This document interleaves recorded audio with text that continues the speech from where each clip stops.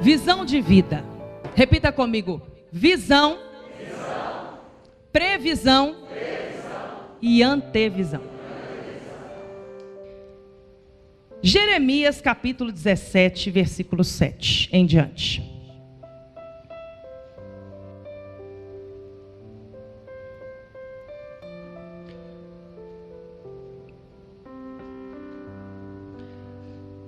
Alguém disse que a melhor maneira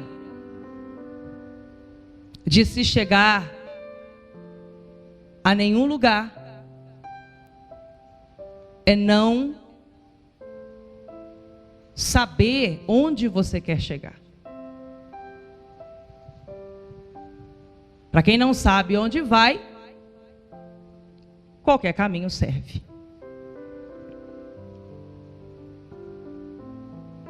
Nós somos guiados por uma visão de vida que cada um tem de si. E Deus não trata ninguém no atacado.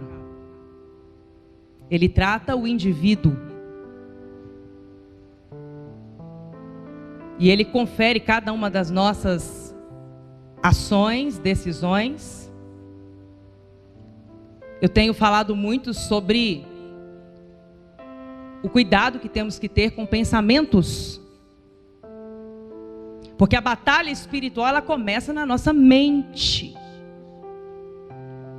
E nem todo pensamento que vem na nossa mente, nós podemos pensar. Nós vamos ver daqui a pouco como é glorioso vivermos pautados na revelação da palavra de Deus. Até os nossos pensamentos, a palavra de Deus nos ensina quais devem ser. Porque os pensamentos, eles geram em nós sentimentos, emoções, que geram em nós motivações e intenções no coração, o que para Deus importa muito. E as intenções e motivações do nosso coração geram as nossas ações. E a nossa fé é medida pelas nossas obras. Ações são obras. E nós vamos ver aqui o que o profeta Jeremias falou sobre essa visão de vida.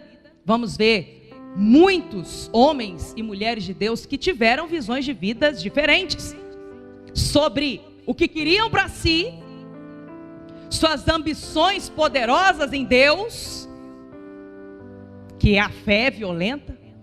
Outros, como Saul, que perderam, se corromperam, e a visão foi distorcida e o orgulho o consumiu, e por densas trevas ele foi excluído da vida, que é um dom que só Deus pode dar. A vida é uma dádiva,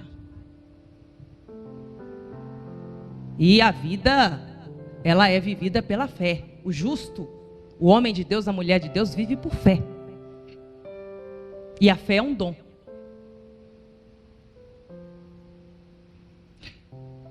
Então nós vamos ver aqui o que o profeta Jeremias falou sobre a visão de vida que ele tinha no tempo que ele estava vivendo, aonde muitos foram corrompidos, mas ele se manteve firme em quem Deus era e como Deus tratava cada um como indivíduo.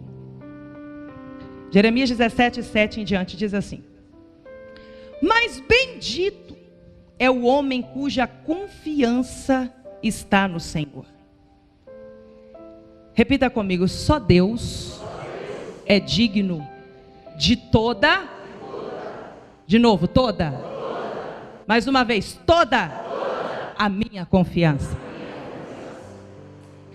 Bendito é o homem cuja confiança está no Senhor, cuja confiança nele está. Ele será, olha que maravilhoso, esse homem cuja confiança plena está em Deus. Quem é esse homem? Ele será como uma árvore plantada junto a águas e que estende as suas raízes para o ribeiro. Ela não temerá quando o calor chegar, porque as suas folhas estão sempre verdes. Não ficará ansiosa no ano da seca, nem deixará de dar fruto. Vive uma vida sobrenatural, alimentada, sustentada, provida por Deus, porque vive na confiança plena nele. O coração é mais enganoso que qualquer outra coisa, e sua doença é incurável. Quem é capaz de compreendê-lo? A palavra de Deus diz que existem pessoas que pedem a Deus, não recebem, e não recebem coisa alguma do Senhor porque tem o espírito instável. É instável em tudo que faz. É aquela maldição que nós aprendemos com o nosso apóstolo, que nós lidamos diariamente com as pessoas no santuário, a maldição do meio do caminho. Comece e para. Não é continuista, porque não tem visão, não tem propósito, e não confia em Deus acima de todas as coisas. Então não tem força interior para caminhar. Vamos prosseguir. Versículo 10. Eu sou o Senhor, que sonda o coração. Repita comigo, Deus sonda meu coração. E examina a mente. Repita comigo, Deus examina a minha mente. Para recompensar a cada um. Vamos comigo? Para recompensar a cada um, de acordo com a sua conduta. Conduta é a forma que você vive. Tem uma passagem na Bíblia que eu amo, que diz assim: quer comais, quer bebais. Quer coisa mais simples, mais rotineira do que comer e beber? E diz assim: quer comais, quer bebais, façam tudo para a glória de Deus. Ou seja, Ele é o domínio da minha mente, Ele domina a minha visão. Ele é o início, o meio e o fim. Ele é a base, o meio e o objetivo. Vamos prosseguir. De acordo com a sua conduta, de acordo com as suas obras. Pelas obras eu mostro a minha fé. É interessante, é muito profundo, eu não vou aprofundar muito nessa passagem, porque eu preciso trazer mais e focar nas palavras-chave, que são visão, repita comigo, visão, previsão e antevisão. Mas aqui a gente lembra de pessoas que ao longo do nosso ministério nós lidamos, e muitas vezes até nós nos encontramos em algum momento na vida em uma situação assim, onde as duas pessoas cometem o mesmo erro, e você vê uma misericórdia de Deus de forma diferenciada, o tratamento de Deus com cada uma de forma diferente. E aí você olha e diz assim: mas elas erraram igual. E por que que uma tem aparentemente uma misericórdia de Deus maior do que a outra, sendo que o erro foi o mesmo? Por causa disso que nós lemos aqui. Por quê? Porque Ele recompensa a cada um de acordo com a sua conduta, de acordo com as suas obras. Existe o pecado, o erro do coração, que é o erro consciente. A pessoa sabe que não pode recuar, a pessoa sabe que não pode reclamar, a pessoa sabe que tem que vigiar para falar, a pessoa sabe que tem que vigiar os pensamentos, a pessoa sabe que Deus está conferindo a conduta dela e ela aceita ter um espírito instável, dobre. Ela aceita se render a emoções, definir a vida por um momento, e um momento é só um momento, vai passar. E a vida vai continuar e você vai lidar com as consequências daquela escolha feita pela emoção e não pela fé. O pecado, o erro do coração consciente é tratado por Deus, diferente do pecado, do erro por falta de clareza de visão. A pessoa ainda é imatura, é verde, ela ainda não tem uma percepção clara da vida e a visão de onde ela quer chegar.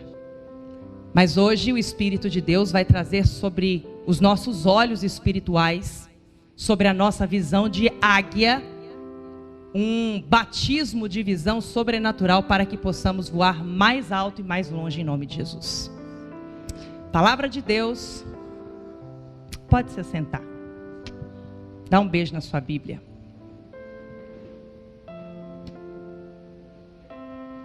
Abra sua Bíblia em Filipenses.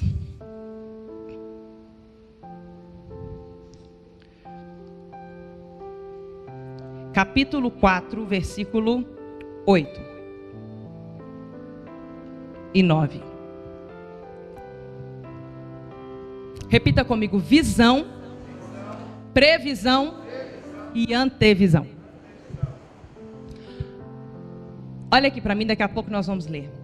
A visão é o objetivo claro de onde você quer chegar. Onde você quer chegar na sua vida? Não basta Deus ter todo o poder. Se você não agir a sua fé, se você não imaginar na sua alma, definir na sua visão espiritual onde você quer chegar, qualquer lugar lhe serve. A visão é o objetivo claro de onde você quer chegar. Repita comigo: a visão é o que eu quero para mim. Você sabe claramente na sua visão o que você quer para você?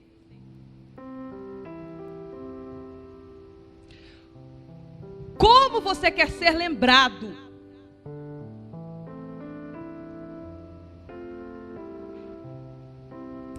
Qual referência, quando falarem de você, você quer que apontem?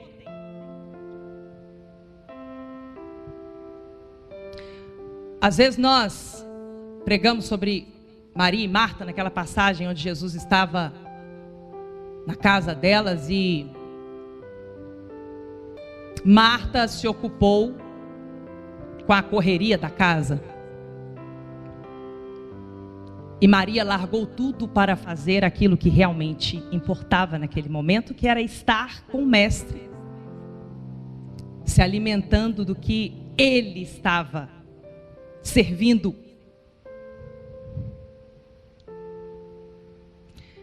A gente, na vida, todos nós aqui, no período mais imaturo da nossa caminhada com Deus, na nossa vida mesmo. No meu caso, eu tive esse momento, mesmo eu caminhando com Deus desde muito pequenininha. Mas eu tive esse momento na minha vida onde o apóstolo iria falar alguma coisa, alguém mais sábio do que eu iria falar alguma coisa, ensinar alguma coisa, e eu, para mostrar que sabia mais, abria a boca e começava a falar, ao invés de me calar e escutar. Todos nós já passamos por isso. Tem gente que ainda está nesse tempo. Mas mais sábio é o que ouve. Mais sábio é o que aprende. Meu pai me ensinou desde pequena, mas eu demorei um pouco para entender isso na prática, porque uma coisa é você ouvir, outra coisa é você praticar. Nós vamos ver isso aqui. Paulo fala isso repetidas vezes, inclusive ele diz aqui: eu não me canso de dizer as mesmas coisas para vocês. Bem no início aqui do capítulo 3, depois você lê lá. Porque por repetição as coisas vão entrando dentro de nós. Por isso que nós temos que vigiar no que nós ouvimos, no que nós lemos. Pelos livros que você lê, eu sei os pensamentos que você tem. Pelas músicas que você ouve. O que você ama realmente é aquilo que motiva você. É o que você dorme pensando, que você acorda pensando. Nós temos falado muito sobre o poder imaginário que te faz ousar ver, considerando a dimensão de Deus e do seu poder, que é imensurável, é inconcebível. E aí nós entendemos porque que está escrito que nós podemos tudo naquele que nos fortalece. Mas se você crer que o tudo que Deus tem para você é pouco, então vai ser pouco o que Deus vai te dar.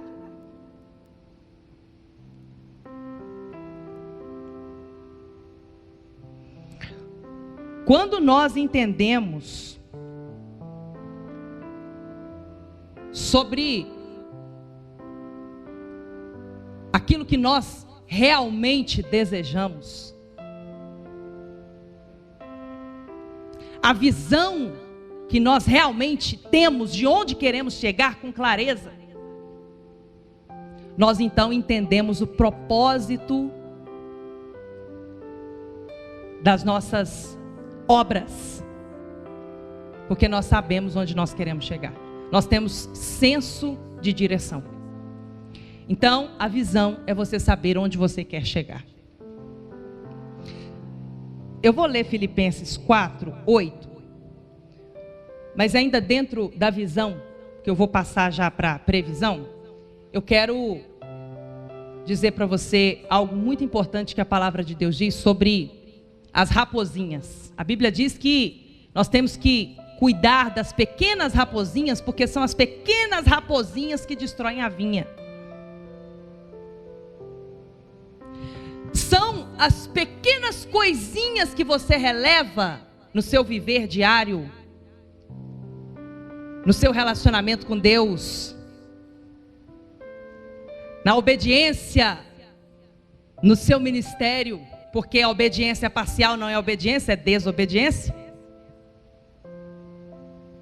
São essas pequenas derrotinhas que você vai aceitando e lidando com elas como algo normal, sem gerar em você uma revolta no espírito contra aquilo que te rouba, e trabalhando com afinco para mudar aquilo e você começar a construir, a edificar.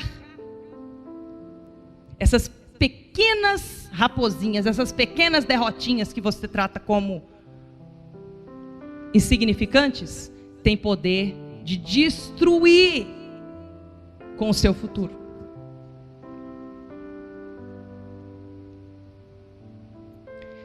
São pequenas coisinhas do seu viver diário, pequenos pensamentos que se opõem ao pensamento de um homem de Deus, de uma mulher de Deus.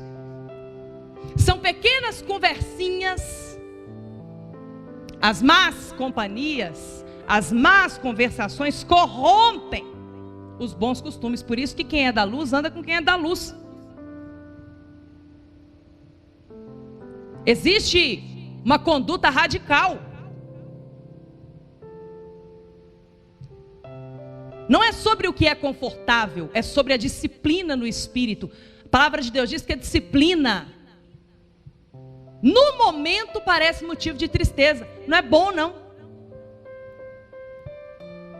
A obediência tem um preço. Obedecer exige disciplina. E disciplina é você fazer o que tem que ser feito, independente de ter vontade.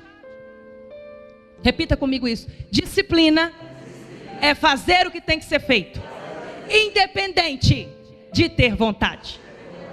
É incrível, porque toda vez que eu falo sobre disciplina, eu lembro que quando eu ainda era adolescente, eu falava para meu pai: pai, eu não gosto de ler. Tem tantas outras coisas melhores para eu fazer do que ler. Eu não preciso aprender, eu já sei. Eu já sei isso aí. E aí ele falou para mim assim: não é sobre o que você gosta agora, é sobre a vida que você vai gostar amanhã, se você semear o que você precisa hoje para chegar lá amanhã.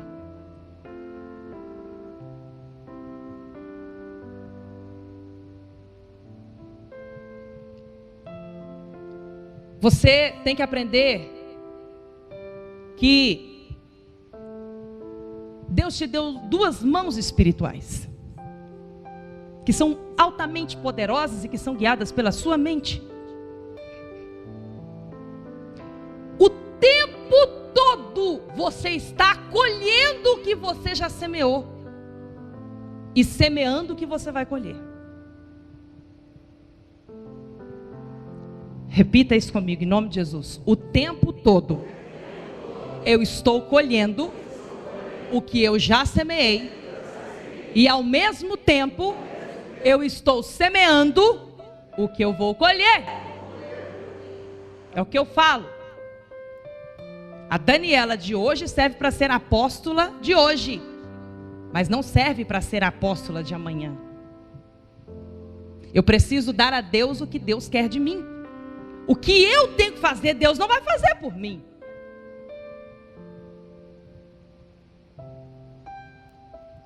Ninguém pode fazer aquilo que só Deus pode fazer. Inclusive botei isso num dos louvores. É minha vitória. Mas Deus também não vai fazer aquilo que só eu tenho que fazer. Eu não posso ler por você. Eu não posso aprender por você. Eu não posso mergulhar nas águas profundas do Espírito por você. Deus não vai abrir sua mente, sua cabeça para colocar lá dentro o conhecimento, que é a arma que Deus precisa para você conseguir usar a sabedoria que Ele te dá. Tem gente que ora e pede: Deus me dá sabedoria, busca sabedoria, sacrifica pela sabedoria, mas a ferramenta que você precisa para usar a sabedoria que Deus te dá, que é o conhecimento, você não busca. Então de que serve a sabedoria para você? É como um carro nas mãos de uma pessoa que não tem uma CNH. Quem está entendendo o que eu estou dizendo? Diga amém. Visão. Onde eu quero chegar? Para eu chegar lá, eu preciso adaptar o meu comportamento, a minha conduta, os meus pensamentos, as minhas intenções, motivações, as minhas obras, a minha semeadura, para eu dar condições a Deus para me levar lá onde eu quero chegar.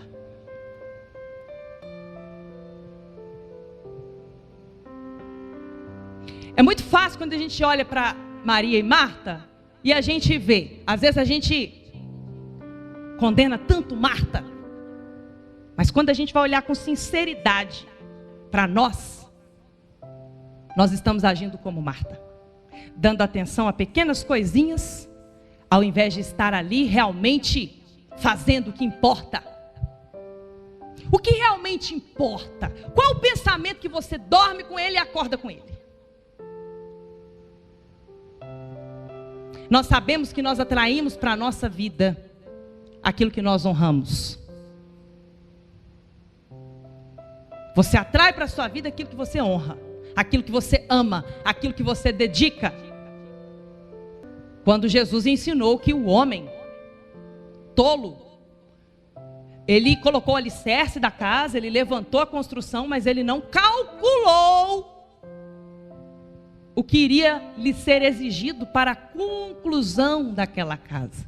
E então a casa ficou inacabada e ele se tornou um objeto de apontamento dos outros que debochavam, riam, porque ele não soube calcular o quanto ele precisava investir para chegar aonde ele queria. Ele queria uma casa. A Bíblia fala sobre uma torre, né? Ele queria uma torre.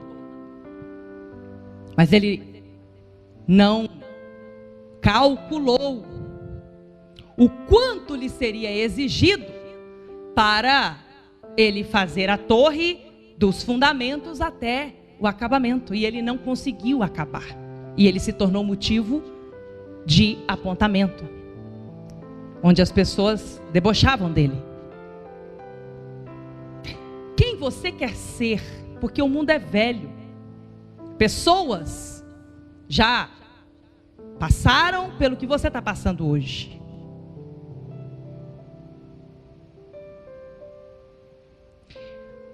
A visão te dá o objetivo claro de onde você quer chegar. A previsão traz para você a clareza do percurso, do como. A visão é onde? A previsão é como. Como eu vou chegar lá naquele ponto onde eu visualizei para a minha vida como ideal. É essa Daniela que eu quero ser. Como eu vou fazer agora, uma vez que eu já sei onde? Agora eu preciso estudar como chegar lá.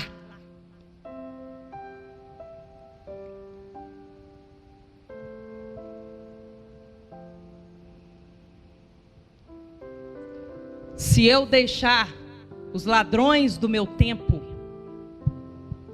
me roubarem, se eu não definir com discernimento no Espírito de Deus o que realmente importa, para eu investir o meu tempo.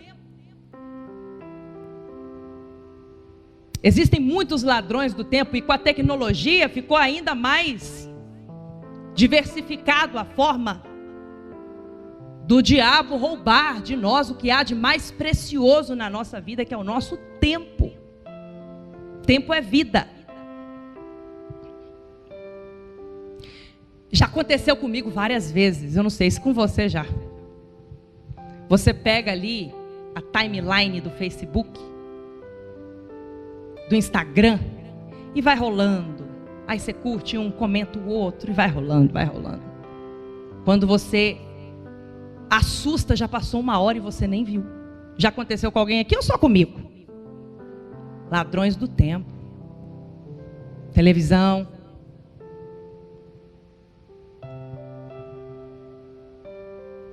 Aquilo que você investe, o que há de mais precioso na sua vida, que é o seu tempo, é o que vai crescer. O que mais você se doar, é aquilo que mais vai crescer.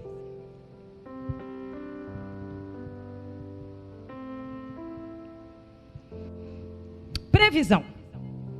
Filipenses 4, verso 8 e 9, diz assim: finalmente, irmãos, tudo o que for verdadeiro, tudo o que for nobre, tudo o que for correto, tudo o que for puro, tudo o que for amável, tudo o que for de boa fama, se houver algo de excelente ou digno de louvor, pensem nessas coisas.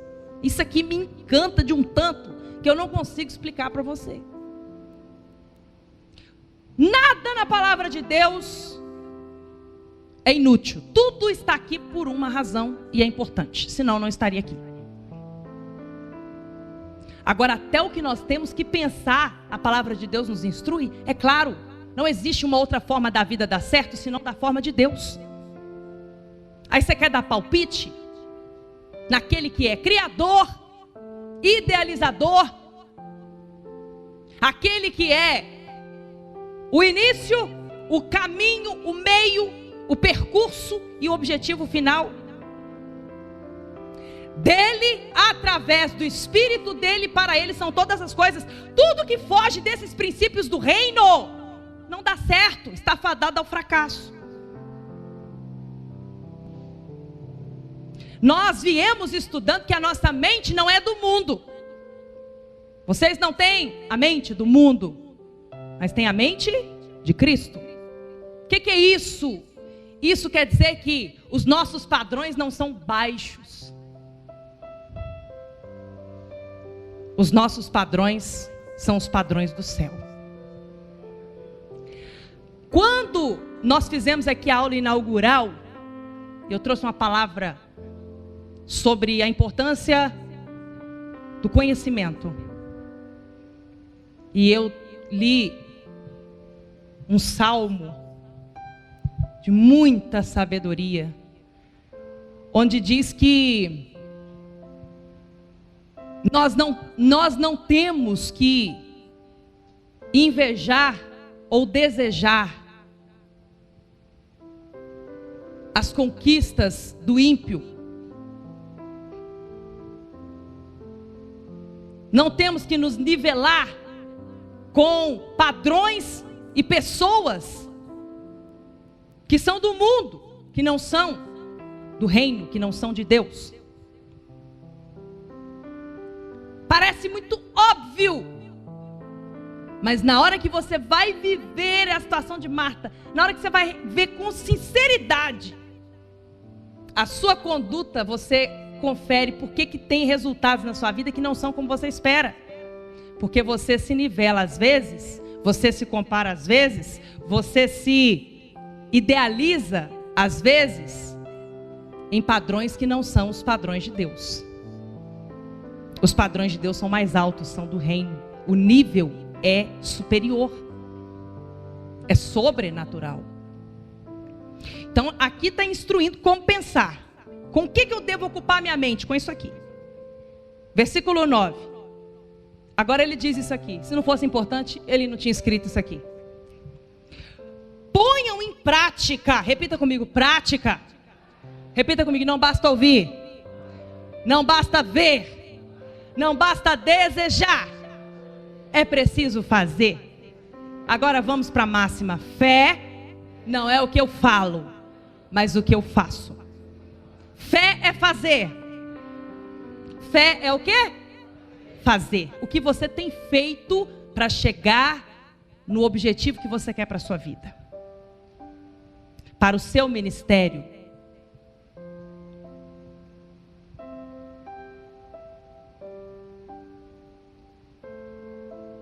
Tudo eu posso naquele que me fortalece, aleluia. Tudo o que eu quero. Porque como imagina na minha alma, assim é. Eu só vou chegar onde a minha fé me levar. Eu posso viver uma vida inteira pregando fé e não ir muito longe. Eu posso uma vida inteira ver as ovelhas de Jesus que estão sobre o meu pastoreio que Ele me confiou, alcançarem, chegarem, realizarem. O que para mim é uma glória para o meu ministério. Mas na minha vida eu vou colher aquilo que eu semear. E eu só vou lançar a semente certa se eu tiver visão. Isaac, quando ele semeou a semente, em vez de comê-la, ele teve disciplina, porque no momento para ele foi motivo de tristeza, porque ele estava com fome. Mas ele sacrificou a boca para colher 100 vezes mais.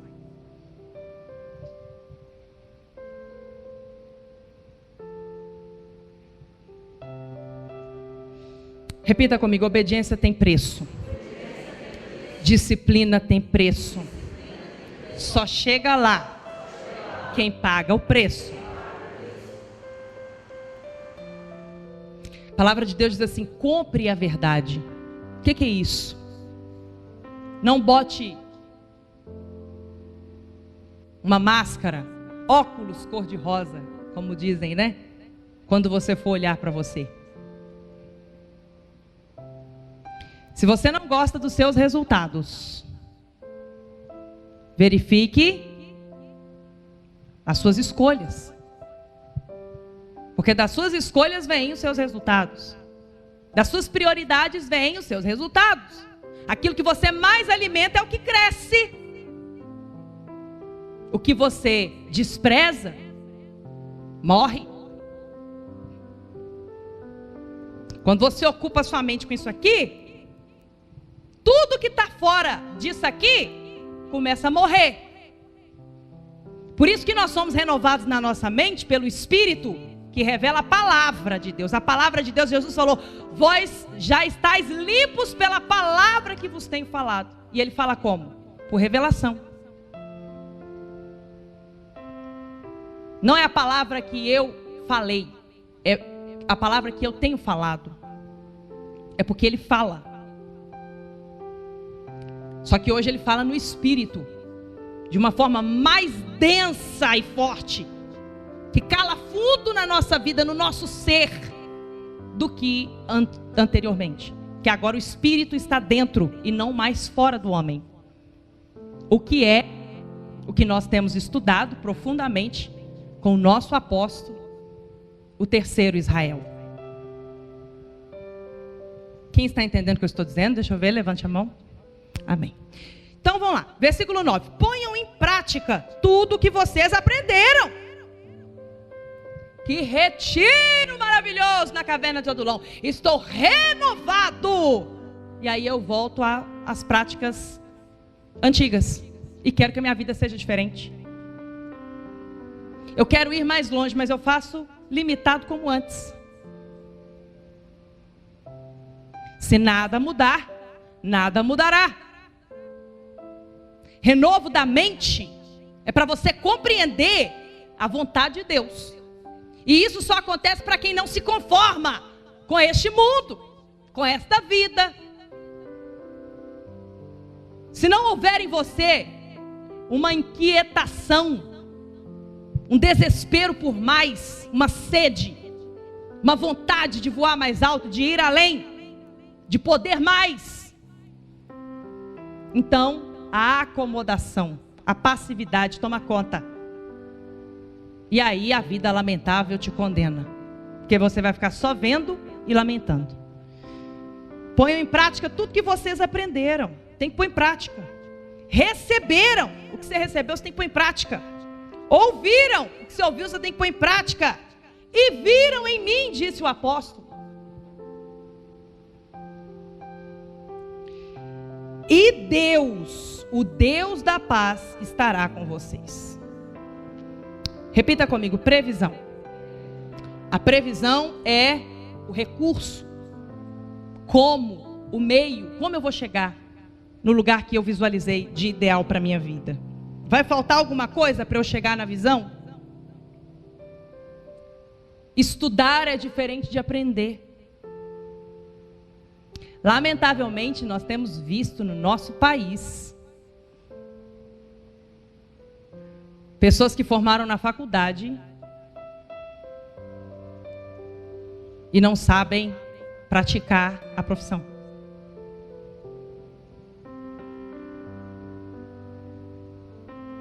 Estudar não é igual a aprender.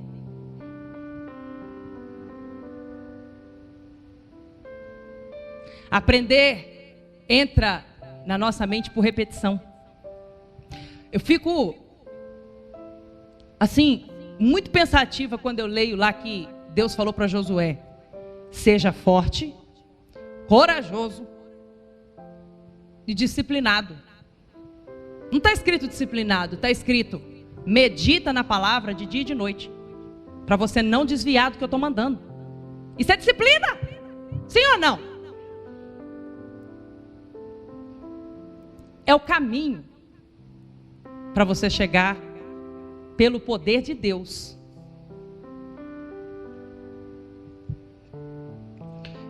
Antevisão. 1 Samuel, capítulo 17. Antevisão é como você se vê quando você chegar lá. Quando eu era solteira, é interessante, né? Por causa do meu pai, eu aprendi desde muito novinha. Muitos bispos aqui me viram criança, conviveram comigo criança. E desde muito pequenininha, eu não gostava muito de brincar, de brincadeiras que crianças comuns brincavam. Por quê? Por causa do meu pai, da referência que eu tinha muito forte, sempre tive na minha vida. E eu brincava de carrinho, porque eu queria ter o meu carro. Eu brincava de ser esposa e arrumava uns filhos. Eu brincava de celebrar uma reunião com a Santa Ceia. E já tinha um respeito, mesmo em brincadeira. Eu fazia lá a celebração da ceia, né? Na celebração que eu fazia ali com os primos, as crianças, os colegas da escola. Meu apelido na escola era Pastorinha. Lá vem a Pastorinha. Com ar de deboche. Não era com ar de respeito, de admiração. Deboche. Eu lembro um professor meu no ensino médio falou para mim assim: e você é pastora?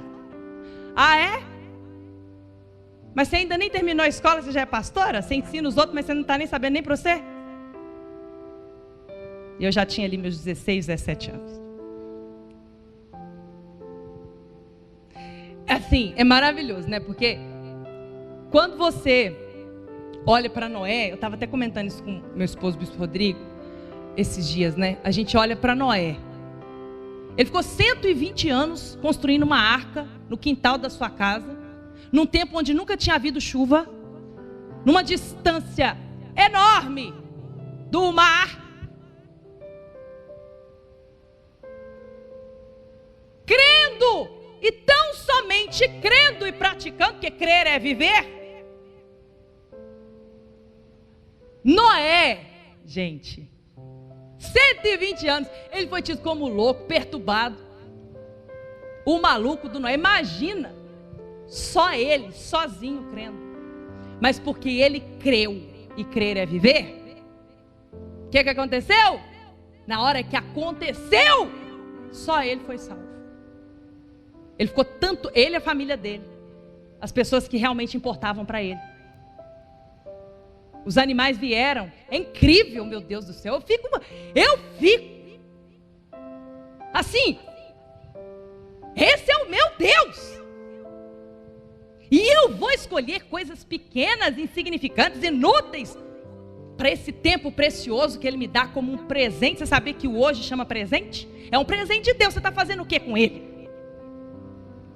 Preparando um futuro brilhante, de sucesso, de bênção, uma vida que vai glorificar a Deus, que as pessoas vão ver Deus na sua vida, que eles vão lembrar de você como: uau, que mulher foi aquela, que homem foi aquele, homem de Deus, mulher de Deus. Nós vamos ver aqui Davi. Saul ficou com inveja de Davi porque não tinha como, ninguém conseguia provar o contrário. Ele estava vendo com os próprios olhos que Deus era com Davi, então acabou para ele. Davi não chamava rei, mas o rei já era Davi, porque o rei dos reis era com ele, o todo-poderoso era com ele. Então tudo que ele fazia, Deus dava vitória para ele. Eu não quero essa vida para mim, se o mesmo Deus de Davi é o meu. A minha fé é igual a de Davi. Eu creio como Davi, eu creio como Noé, eu creio como Maria, que tinha discernimento para saber quem é que está aqui comigo na minha casa. Eu vou servir a Ele, tem um momento de eu servir. Mas eu quero a melhor parte, que é receber a instrução, a direção dele para eu praticar na minha vida. Então, se você tem uma visão, não pense que vai ser fácil. Mas se você tem fé e persevera, permanece, então você vai caminhando numa construção. E cada dia você está mais perto do seu objetivo. Quando eu era adolescente,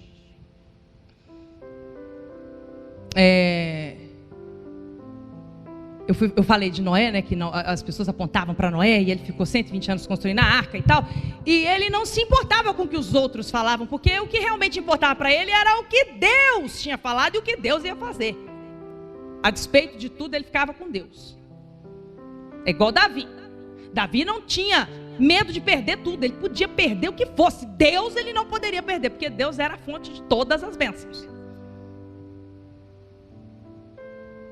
Saul não, Saul trocou as bênçãos de Deus, a confiança de Deus. Ele trocou Deus pelo que Deus deu. Tem gente que faz isso, a gente vê isso no santuário. Deus dá e a pessoa troca Deus pelo que Deus deu.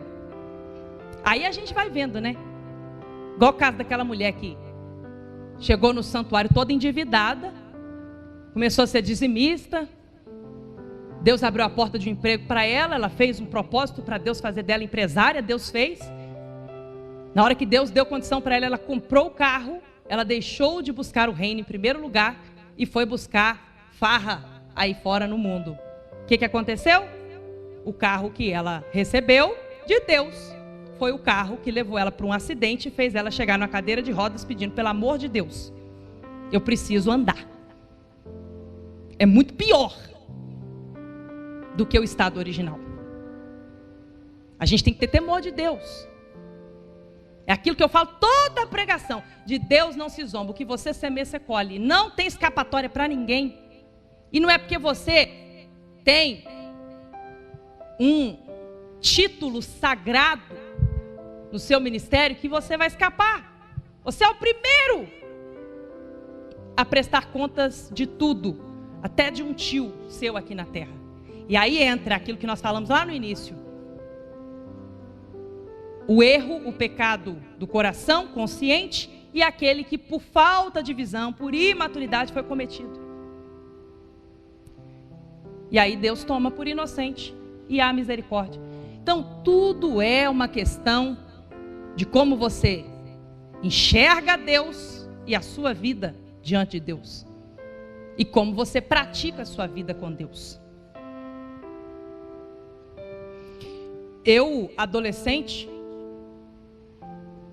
já sonhava em me casar, em ter minha família, ter filhos cedo, para ficar livre, para viver o meu ministério e construir uma obra aonde Deus me levasse sem medir esforços como faço hoje e faço todos os dias, todos os santos dias da minha vida. Sem medir esforços, eu busco crescer e prosseguir crescendo no conhecimento de Deus, revelado, aprendendo, construindo, praticando. E o primeiro crescimento que nós temos que ter é para baixo. Eu estou lidando com uma moça da minha equipe, em São Paulo, que ela é cheia de si. Eu falei para ela hoje de manhã, isso era o quê? 6 horas da manhã? 7 horas da manhã? E aí ela falou para mim, mas eu não entendo. Eu sou muito perseguida porque tudo que eu faço está ruim, porque tudo que eu faço não é o suficiente. Eu falei para ela, mas não sou eu. Você tem que reclamar com você, que é a obra do Espírito. Tão serva quanto você sou eu. E quem recebe ou reprova as nossas obras é o Espírito de Deus. Aí você tenta enganar a alguns. Você até consegue por um tempo. Enganar a si mesmo, você consegue, mas de Deus você não consegue esconder.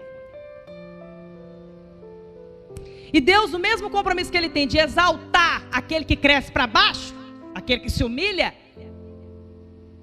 Ele tem o compromisso de abater aquele que é arrogante, é soberbo, tem um espírito altivo. Uma pessoa cheia de si, não cabe Deus. Ou você é cheio de si, ou você é cheio de Deus. Uma pessoa que vive por sentimentos e emoções, cheia de opiniões, é uma pessoa cheia de si. Eu acho, eu penso, eu sinto, eu quero, Não, calma. Deus disse assim para Jeremias: eu é que sei os pensamentos que tenho sobre vós. Pensamentos de não vos fazer mal, causar dano algum, mas de lhes dar uma esperança, um futuro, o fim que você deseja.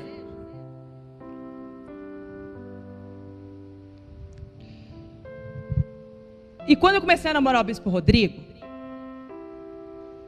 eu já sabia o que eu queria para minha vida. Eu queria me casar e formar minha família. Eu já tinha uma visão desse passo, dessa construção.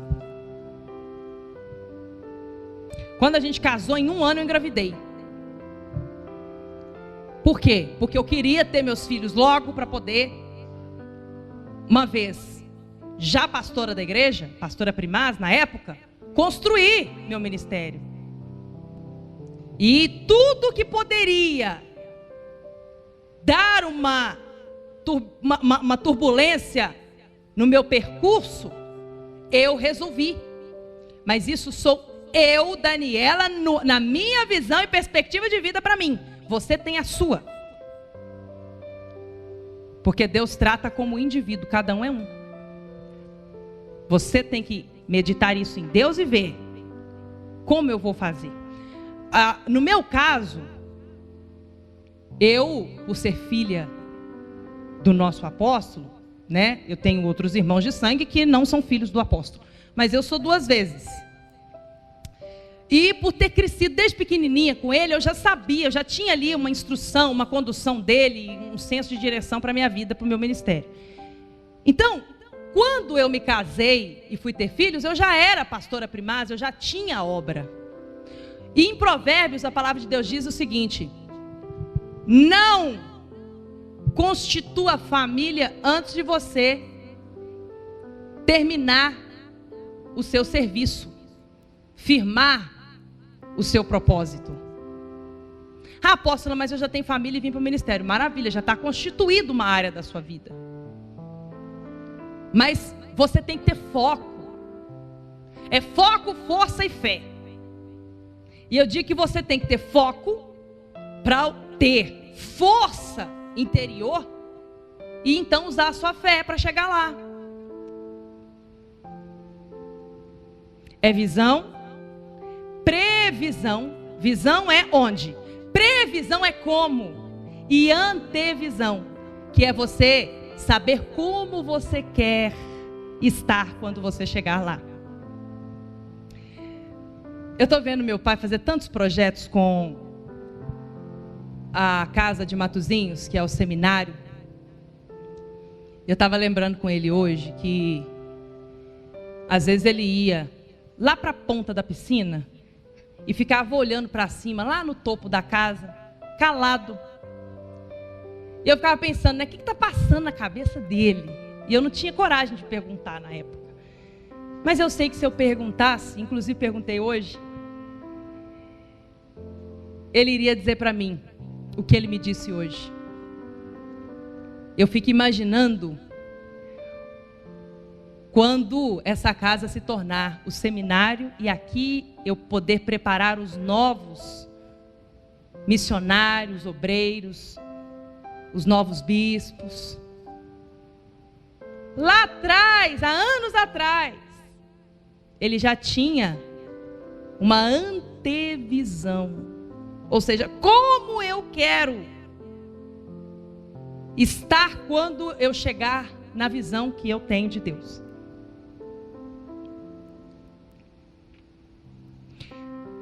Davi é incrível. Ele é incrível. O que Davi fez? Quando o Golias foi afrontar o povo de Israel e o exército do Deus vivo, e Davi ouviu, a primeira coisa que Davi foi fazer foi saber dos guerreiros de Israel o que o rei estava oferecendo em troca de quem vencesse o filisteu. Porque Davi, ele ainda não era ninguém. No entanto, ele foi para lá como entregador de queijo, de pão, que o pai dele mandou para os irmãos covardes dele, os 3 irmãos mais velhos, que faziam parte do exército de Saul, do povo de Israel, covardes que estavam lá há 40 dias, morrendo de medo do gigante Golias. E ninguém tinha coragem de enfrentar ele. E aí o rei só fazendo propostas, né? Quando Davi chegou lá, a primeira coisa que ele ficou sabendo, ele procurou saber, quando ele viu aquele filisteu, que eu amo, quando ele fala assim, quem é esse incircunciso? Para desafiar o Deus de Israel, para afrontar o Deus de Israel. Ele entendeu que aquela afronta não era contra pessoas, aquela luta não era física, era espiritual. E ele se revoltou porque ele pensou o seguinte, fisicamente eu estou morto. Com certeza, olha o tamanho daquele homem, 2 metros e tanto, quase 3 metros de altura. As armaduras pesavam 60 quilos, a outra pesava mais não sei quanto, bronze. E ainda tinha um guerreiro na frente dele, ainda que ele colocava um guerreiro na frente dele para poder defender aquele homem de 3 metros. Olha que absurdo, né? E Davi olhou para ele e falou assim, quem que esse cara pensa que é? Ele não tem nem aliança com Deus, ele nem tem Deus com ele. Quem é ele para ficar afrontando Deus desse jeito? Eu vou. Mas antes dele dizer eu vou, ele procurou saber o que o rei está oferecendo. Porque Davi, antes de enfrentar o gigante Golias, ele já estava com a visão dele aonde? No trono. Porque ele recebeu uma unção. E ele ficava com Deus a despeito de tudo. Na hora dele enfrentar o gigante Golias, ele já estava preparado. Porque ele era sensível ao Espírito e se preparou como? Matando um urso, matando um leão, agarrando um leão pela juba. Quando chegou o gigante, ele falou, vamos embora, porque é o mesmo Deus que me fez vencer o leão, o urso, vai me fazer vencer esse maldito que não tem aliança com Deus. Ele vem contra mim com espadas e lanças, mas o poder que opera em mim é maior do que ele. E ele já foi com a vitória na mão. Por quê? Porque ele já tinha uma visão. Ele já estava se preparando. No como? Enfrentando os desafios. Os pequenos, que não era pequeno nada, né? Os gigantes diversos que vinham para forjá-lo. Gigantes, Golias com cara de leão, com cara de urso. E na hora que chegou Golias, ele acabou com ele. E é incrível, porque ele sabia que se ele casasse com a filha do rei, ele já estaria com o pé dentro do palácio. Só que o rei, ele havia se corrompido e já estava sendo guiado por demônios. Foi procurar a pitonisa de Endor, que era uma feiticeira, era perturbado. E aí, ele não deu a filha que ele prometeu depois que Davi venceu Golias. Davi ficou sem casar com a filha. Aí depois ele chamou Davi e falou assim, tomado por inveja de Davi, né? Porque ele viu que Deus era com Davi. Ele chamou Davi e falou assim, bom, a intenção dele era matar Davi. Olha só para você ver, né? Não existe maldição sem causa. Na intenção de Saul, quando ele mandou Davi matar 100 guerreiros inimigos, ele queria que Davi fosse morto. E ele era covarde para matar Davi. Ele queria que Davi morresse porque ele estava tomado por inveja. E Deus só que fazendo Davi crescer, só prosperando Davi. Aí ele falou para Davi, Davi, você vai trazer 100 cabeças para mim. E eu vou te dar a minha filha que te ama. Porque ele tinha uma filha que amava, é Mical, não é? Que amava Davi. Aí, o que ele fez? Foi lá e matou 200. E levou, está aqui 200 cabeças de gigante, de inimigo. Meu Deus, isso é muito forte para mim. Porque se você vai pela fé, Deus vai com você. E aí Ele faz infinitamente mais. Vamos ver aqui. 1 Samuel, capítulo 17. Versículo 4 em diante diz assim: um guerreiro chamado Golias, que era de Gate, veio do acampamento filisteu. Tinha 2,90 metros de altura. Ele usava um capacete de bronze e vestia uma couraça de escamas de bronze que pesava 60 quilos. Nas pernas usava canaleiras de bronze e tinha um dardo de bronze pendurado nas costas. A haste de sua lança era parecida com uma lançadeira de tecelão e sua ponta de ferro pesava 7,2 kg. Seu escudeiro ia à frente dele. Olha só. Isso é engraçado para mim, porque um homem desse tamanho com um escudeiro na frente, com certeza o escudeiro era menor do que ele, né? Versículo 8. Golias parou e gritou às tropas de Israel: por que vocês estão se posicionando para a batalha? Não sou eu um filisteu e vocês os servos de Saul? Escolham um homem para lutar comigo. Se ele puder lutar e vencer-me, nós seremos seus escravos. Todavia, se eu vencer e o puser fora de combate, vocês serão nossos escravos e nos servirão. E acrescentou: eu desafio hoje as tropas de Israel. Mandem-me um homem para lutar sozinho comigo. Ao ouvirem as palavras dos filisteus, Saul, que era o rei, o líder na época, que Deus já tinha tirado o espírito dele de Saul, e todos os israelitas que imitavam a cabeça de Saul, ficaram atônitos e apavorados. Davi era filho de Jessé, o Efrateu, de Belém de Judá. Jessé tinha 8 filhos e já era idoso na época de Saul. Os 3 filhos mais velhos de Jessé tinham ido para a guerra com Saul: Eliabe o mais velho, Abinadab o segundo e Samá o terceiro. Davi era o caçula. Os 3 mais velhos seguiram Saul, mas Davi ia ao acampamento de Saul e voltava para apacentar as ovelhas de seu pai em Belém. Ele honrava a Deus. Ele era fiel a Deus no pouco. Ele tinha responsabilidade com as ovelhas. Tudo que ele fazia para Deus. Ele era fiel a Deus nas pequenas coisas. E ali Deus já estava forjando ele, trabalhando nele para ele ser cada vez maior. Durante 40 dias, o filisteu aproximou-se de manhã e de tarde e tomou posição. Agora lá no 23. Enquanto conversava com eles, enquanto Davi, aqui é Davi, conversava com eles, Golias, o guerreiro filisteu de Gate, avançou e lançou o seu desafio habitual. E Davi ouviu. Quando os israelitas viram o homem, todos fugiram cheios de medo. Eles tinham medo do inimigo, gente. Meu Deus, eles perderam a visão da dimensão do poder de Deus.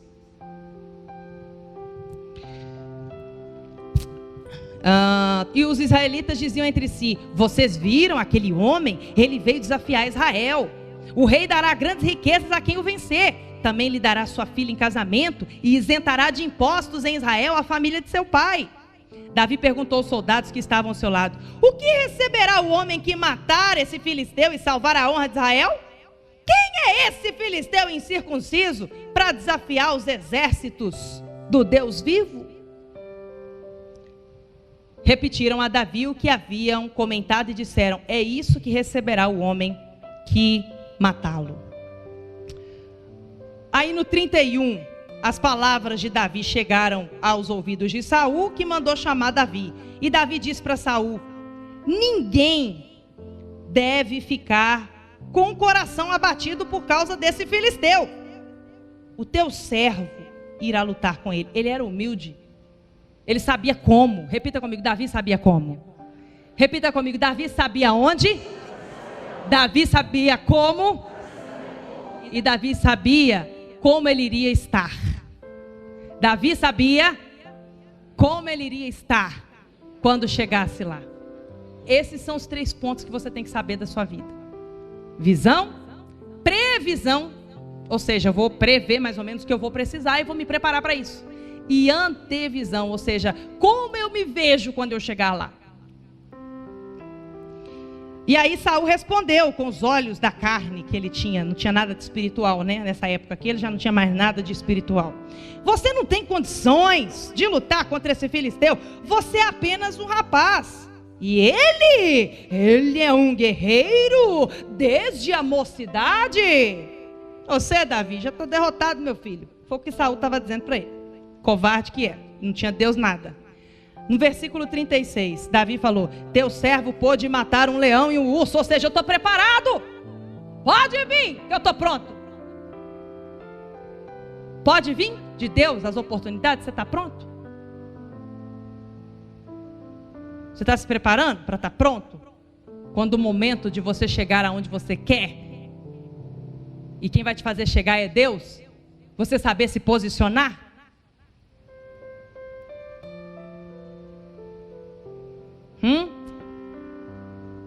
A Bíblia diz: não deis pérolas aos porcos.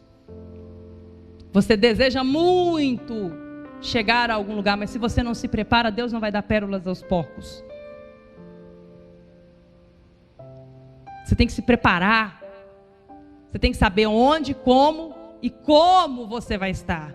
Como se comportar quando você chegar lá. Davi falou: aqui tá, eu estou preparado. Deixa eu falar uma coisa para vocês. Deixa eu perguntar para vocês uma coisa. Vocês acham que eu sou boa de improviso? Sim ou não? Você sabe o que é improviso? É fazer sem preparar. Eu vou dizer para você, não sou não. Não sou boa de improviso. O apóstolo me passou a direção dessa mensagem. Assim, acho que não tem nem uma hora. E ele falou para mim: pode ir lá falar que você vai ter o que falar. E aí eu entendi. Por que ele pode falar isso comigo? Porque eu não sou boa de improviso, eu me conheço. O Bispo Márcio que me filma, a nossa equipe de São Paulo que me filma, sabe que eu vou para o estúdio com uma apostila enorme, cheia de versículo bíblico, eu preparo muito, eu viro madrugadas preparando as mensagens, né? E estou aqui com uma folhinha, que eu anotei alguns pontos aqui importantes que o apóstolo me passou. Mas por que eu consigo desenvolver? Primeiro é por causa do poder do Espírito. Quem fala é o Espírito. Mas até a sabedoria do Espírito precisa do conhecimento. Eu me preparo. E isso é para a glória de Deus. Estou falando isso para você porque eu sei que tem gente aqui muito mais preparada biblicamente do que eu. Mas na hora que Deus dá a oportunidade, se você estiver pronto, você está lascado, irmão. Sim ou não, gente?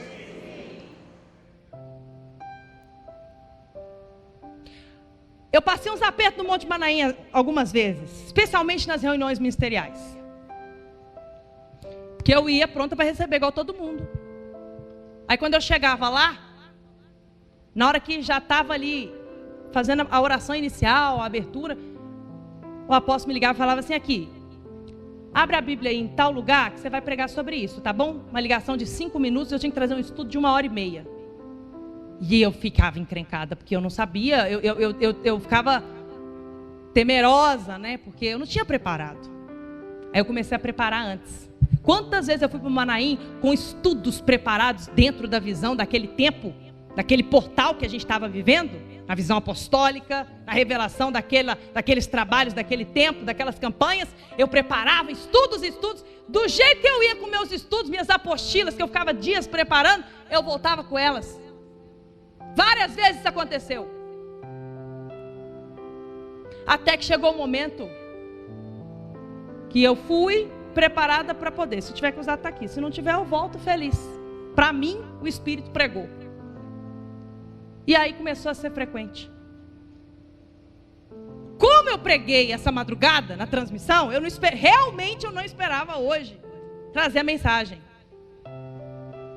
E ninguém melhor do que o Bispo Rodrigo para poder dizer isso, porque, né, a gente está junto o tempo todo.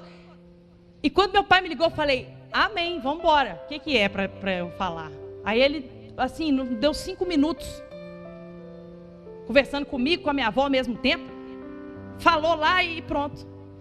E eu me enchi de gratidão no espírito. Por quê? Porque uma das forças que nós temos em nós, que provém do fruto do espírito de Gálatas 5:22, que parece ser romântico, né? Mas aquilo é tão poderoso. O fruto do espírito, aquilo é poderoso demais. Se você aprender aquilo ali para a sua vida, você vai entender que você tem. Quando você entende que você tem aquele fruto, que você tem o Espírito Santo, você só começa a usar. Um dos frutos do Espírito Santo é o domínio próprio. E sem domínio próprio você não tem disciplina. Então é disciplina para ler o livro do apóstolo quando chega. É disciplina para assistir a transmissão depois, antes, depois, durante, com a igreja, sozinho. É disciplina para anotar. É disciplina para rever as anotações. É disciplina para se forçar a pôr em prática os ensinamentos. A disciplina procede à honra. Porque só é disciplinado quem tem humildade para reconhecer que eu não sei, mas eu vou saber, porque o caminho de saber eu vou percorrer.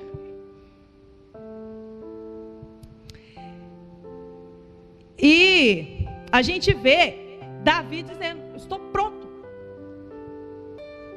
Estou pronto. Depois que eu aprendi isso, eu tenho que estar pronto. O apóstolo Paulo ensina muito isso. O nosso apóstolo com a vida nos ensina isso. Eu fico catando meu queixo no chão. Porque ele fala assim: está na hora da transmissão, liga a câmera. Mas eu passei o dia inteiro com você, você não preparou nada. Não, eu estou pronto. Por quê? Porque preparou a vida inteira. Meu Deus, eu quero isso para mim. Dei uma Bíblia para ele ontem e escrevi lá o que está em Hebreus, né? Sobre percorrer o caminho que o seu líder percorreu, para você chegar onde ele chegou e ter os resultados que ele teve. É ousado desejar isso sobre o nosso apóstolo? Muito. Mas a unção de ousadia está sobre nós. Desde que haja reverência, respeito, temor, tudo você pode naquele que te fortalece. Você é do tamanho da sua fé.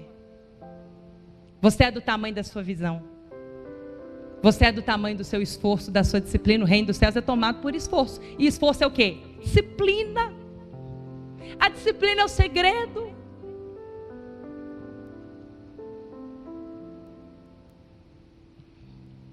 Davi falou para ele, aqui, versículo 36. Teu servo pode matar um leão e um urso. Esse filisteu incircunciso é aquele que não tinha aliança com Deus. Será como um deles, pois desafiou os exércitos do Deus vivo. Ou seja, Davi sabia que ele não ia sozinho. A visão dele era espiritual. Com ele ia um exército. Então ele foi sem medo de ser feliz, com a vitória na mão. O Senhor que me livrou das garras do leão e das garras do urso, também me livrará das mãos desse filisteu.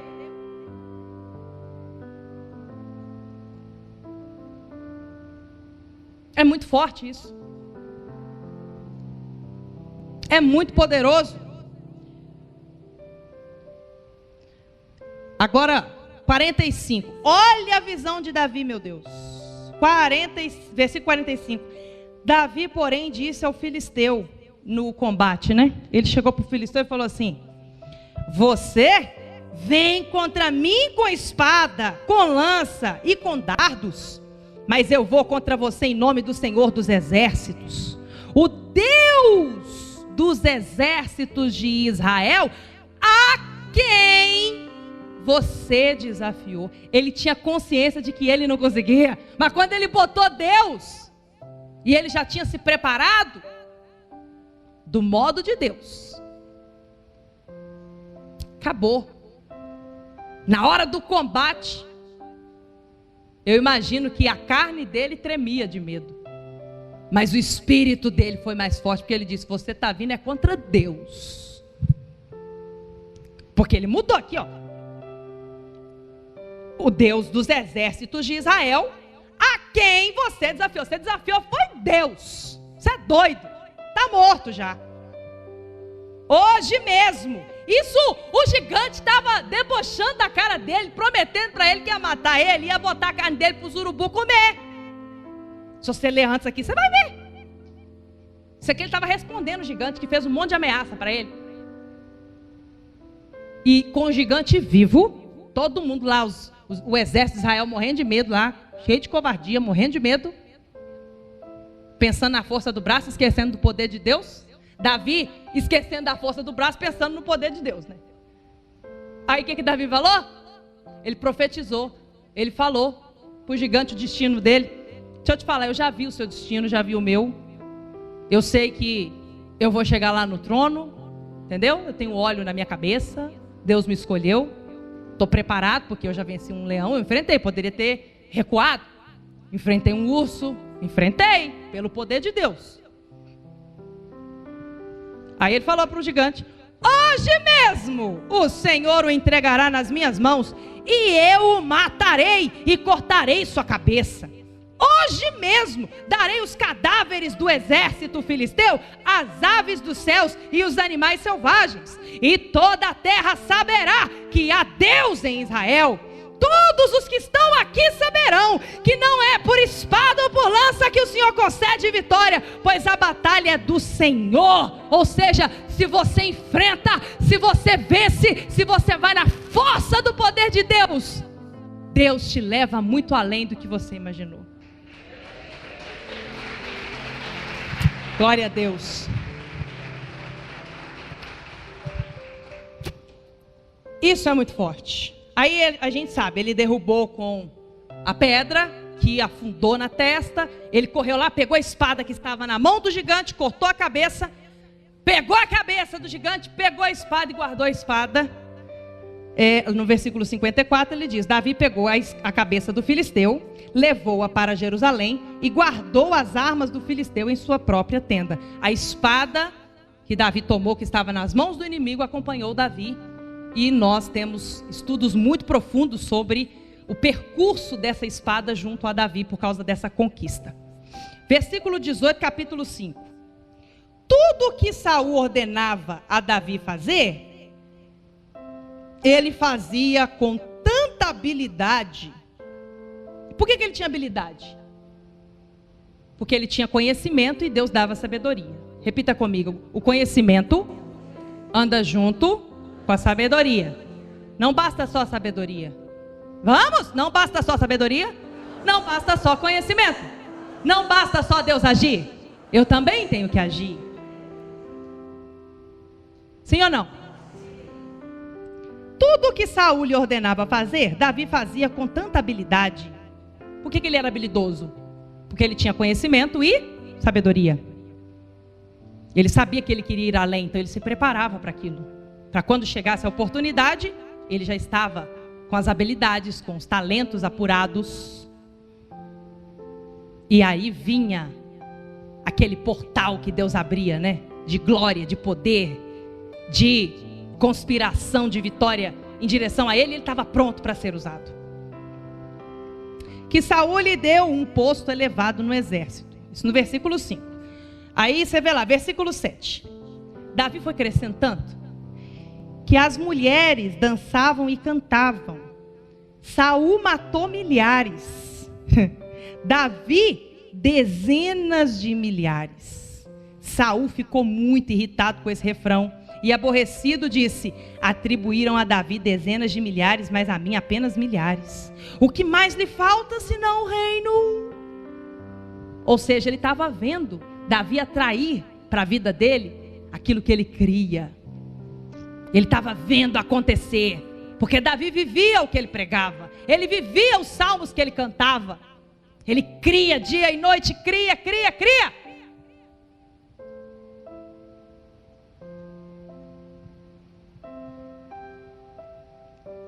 Porque crer é viver, né?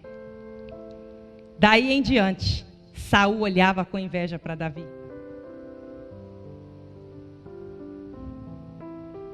12. Saul tinha medo de Davi, porque o Senhor o havia abandonado e agora estava com Davi. Davi era temido pelos inimigos, pelos amigos. Meu Deus do céu! O Deus de Davi é o Deus que atua hoje. Eu quero isso para mim. Você não quer, não? Ele diz que Ele faz os nossos pés como os da corça. Ele nos faz andar em lugares altos. Mas para você andar de cabeça erguida, com troféu na mão de vencedor, suas raízes têm que ser profundas na humildade em Deus.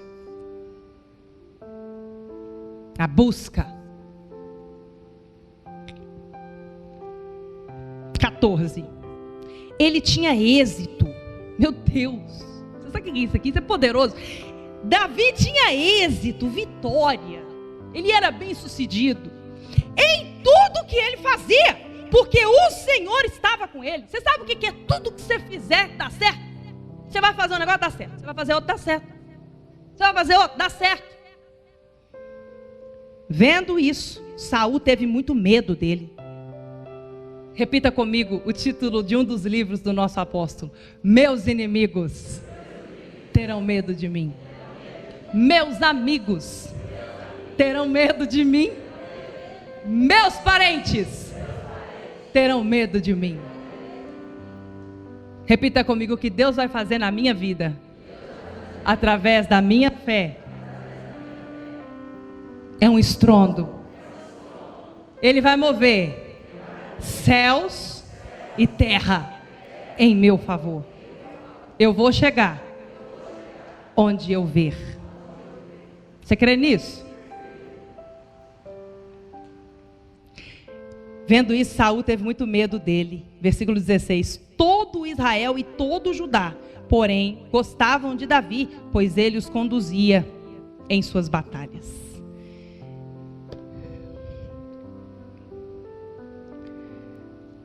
A visão é a inicial, é o ponto de partida. A previsão é a sustentação. A sustentação mental, espiritual e intelectual.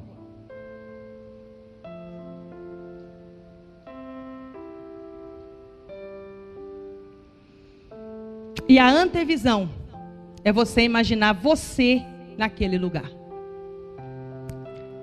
3 perguntas que eu quero que você ore e peça a ajuda do Espírito Santo agora. Visão. Onde você quer chegar? Pede a Deus clareza.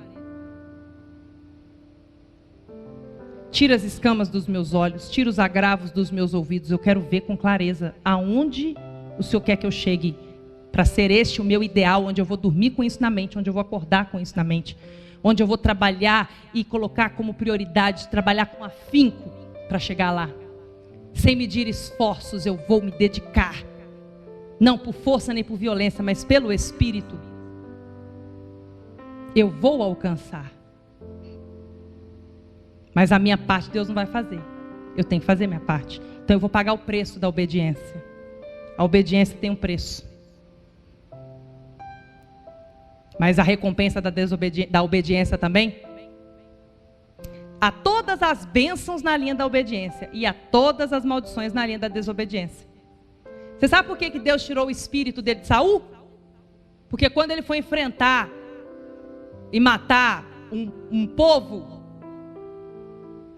2 capítulos anteriores a esses que nós lemos aqui em 1 Samuel, você vai ler lá depois e vai ver. O que aconteceu? Deus falou para ele: mata tudo. Mata o rei, mata o povo, mata as mulheres, mata as crianças, mata o gado, mata as ovelhas, mata tudo, mata as plantas, mata tudo.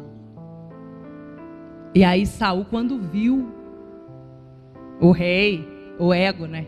O orgulho, né? Que desgraça. Vou levar o rei para eu matar bem devagarinho. Vou dar uma chance para ele, porque quando nós viemos do Egito, ele nos serviu. Ele se achou Deus, né, da situação. Mas de Deus ninguém zomba. Aí ele obedeceu parcialmente. Como? Matou tudo, mas levou algumas ovelhas e disse que era para oferecer sacrifício a Deus. Olha o tanto que o orgulho é uma desgraça, hein? Tem que tomar cuidado com isso. Aí ele levou as ovelhas e levou o rei vivo. Matou o resto. E Deus falou com Samuel, o profeta: Samuel, eu estou com profundo desgosto em Saul. vou retirar dele o meu espírito. E Samuel foi tão cego pelo orgulho, pelo momento, pelo ego, pelo posicionamento social, que mesmo Samuel falando com ele, Deus tirou de você o espírito, você está acabado, você não é rei nada mais, Deus não é com você mais. Ele falou para Samuel, ok, vamos só comigo ali no povo, para você poder estar do meu lado, quando eu oferecer para Deus simbolicamente um sacrifício, e o povo achar que Deus ainda é comigo. Está escrito, é uma cegueira, que tem que vigiar, manter os pensamentos de Deus, para você não cair nessas astutas ciladas do diabo. Cuidado.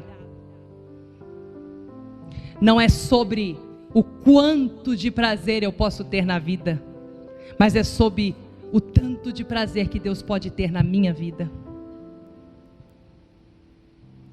Repita comigo, não é sobre o quanto de prazer eu posso ter na vida, mas sim sobre o quanto de prazer Deus pode ter na minha vida.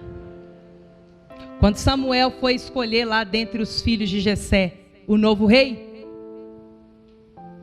a aparência do filho mais velho, Eliabe, enganou até o profeta por um momento, porque o profeta estava procurando um rei para substituir Saul com a mesma aparência de Saul. Quando ele olhou para Eliabe, falou assim, forte, alto, guerreiro. Acho que é esse aí mesmo. E Deus falou, Samuel, Samuel, não é esse não. Esse eu reprovo.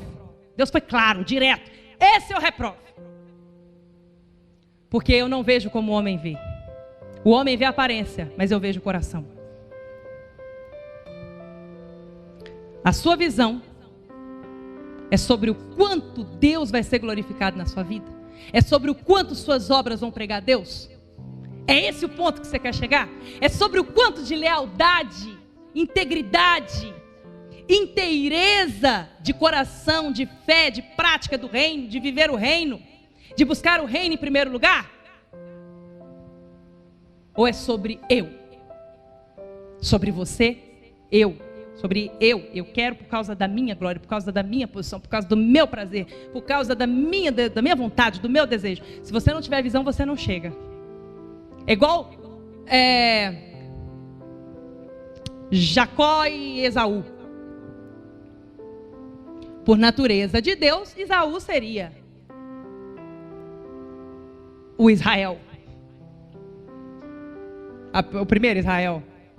Você pensou nisso? Mas Jacó falou assim, não interessa. Eu fico coxo, eu machuco, desloco a minha perna. Não interessa, eu vou pagar o preço. Eu vou pagar o preço do como, porque eu sei onde eu quero chegar. Porque Esaú pensou no momento, ele pensou com o estômago. Ele não teve disciplina espiritual. Jacó, ele pensou em onde eu quero chegar. Quem está entendendo o que eu estou dizendo, diga amém. Onde você quer chegar? Como você vai chegar? O que você precisa para chegar lá?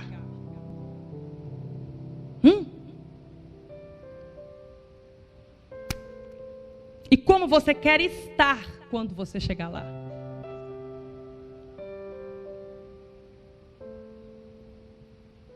Como você quer estar quando você chegar lá? Não basta Deus te dar a oportunidade se você não estiver preparado quando você chegar lá.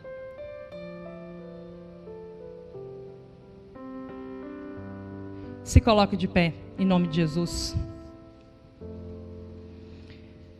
Que Deus dê a você a consciência, o discernimento, a clareza de visão, a fé para você poder vencer você. Quando Jesus fala assim, aquele que ama seu pai, sua mãe, seus irmãos, seus filhos, até a si mesmo mais do que a mim, não é digno de mim. Quem quiser me seguir, negue-se a si mesmo, tome a sua cruz e então me siga. Tomar a cruz é você pagar o preço que tiver que ser pago pelo reino. quanto eu estou disposta a pagar? Só um tanto? Então eu não posso querer o tudo de Deus. Mas se eu sou dele, tudo é dele, vem dele, por meio dele, para a glória dele, então eu posso ousar ter uma visão grandiosa de onde eu quero chegar, porque Deus vai me levar. Levante suas mãos, feche os seus olhos. E eu quero que você fale com Deus. Davi, ele não estava apegado a nada, apenas a Deus. Ele queria Deus, porque ele sabia que Deus era a fonte. Talvez você não sabe como que você vai realizar tantos sonhos que você tem. Você não sabe como Deus vai fazer. Você tem que se concentrar em como você tem que fazer. O que você tem que fazer. O que Deus quer de você. Dar condições para Deus fazer. E sem a ajuda do Espírito Santo, que a Bíblia diz que Ele é o seu auxiliador, você não sai do lugar. E Ele tem compromisso de exaltar o humilde. Fala com Ele: Senhor, batiza a minha visão com fogo.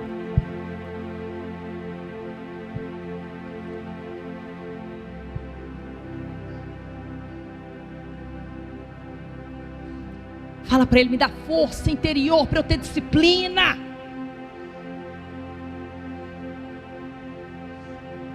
Eu vou alcançar, eu vou chegar, eu vou sonhar, eu vou. Podem vir os inimigos, os obstáculos, o que for, não interessa. Maior é o que está comigo. E Ele me garante a vitória, é Deus quem me dá a vitória. Mas eu preciso ir e eu vou. Fala com Deus: Senhor, tem óleo na minha cabeça. E a unção faz a diferença. Fala com o Espírito Santo: Espírito Santo, desconstrua em mim qualquer coisa que me afasta do pensamento que o Senhor quer que eu tenha, da conduta que o Senhor quer que eu tenha, das escolhas que o Senhor quer que eu tenha. Joga por terra isso. Deus não tem prazer em quem recua. Deus não tem prazer no covarde. Seja forte e corajoso. Tenha unção de ousadia sobre a sua cabeça. Joga por terra todo pensamento contrário de derrota. Você não vai ser só a primeira Israel e a segunda Israel. Você será o terceiro Israel. Você vai além. Crer é viver. Fala com Ele: eu vou viver, me ajude a viver. Em cada detalhe viver para a glória de Deus. Viver para testemunhar o poder de Deus. Um ministério que glorifica a Deus. Uma vida que é um verdadeiro louvor a Deus em cada detalhe. Sem medir esforços. Eu vou fazer.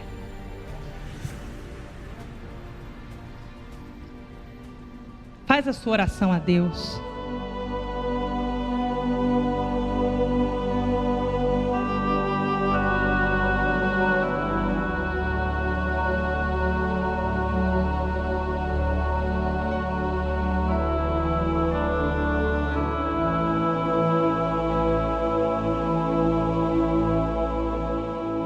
Fala para Deus: sonda o meu coração, minha mente, e acha em mim, Senhor, um coração puro.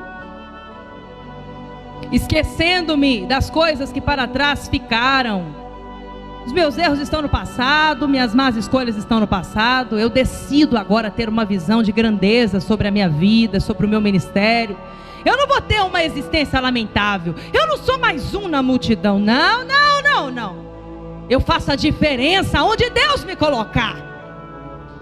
Todos me temem por causa de Deus, que me garante a vitória. Em tudo que eu faço, eu sou mais do que vencedor. Eu luto com a vitória na mão. Eu caminho com passos de fé. Põe a mão nos seus olhos agora e fala com Deus.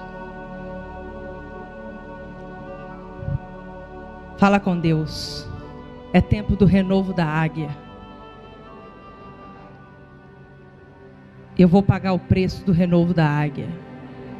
Ouve o que você está falando com Deus. A águia, para se renovar, ela paga um sacrifício. Mas ela ganha longevidade, ela alça voos mais altos, a visão dela amplia. Quanto mais alto ela voa, mais ela enxerga, e tudo que ela vê, ela domina. Fala com Deus: trabalhe na minha visão agora, Espírito de Deus.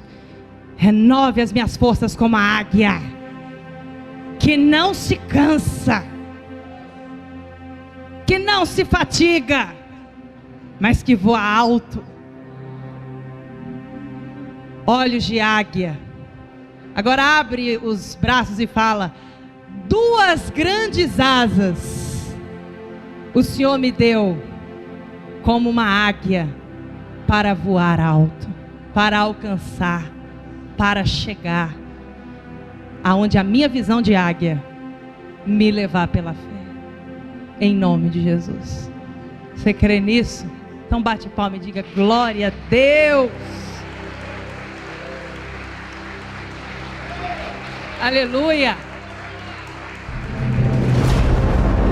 Reino dos céus, reino dos céus. A igreja das águias.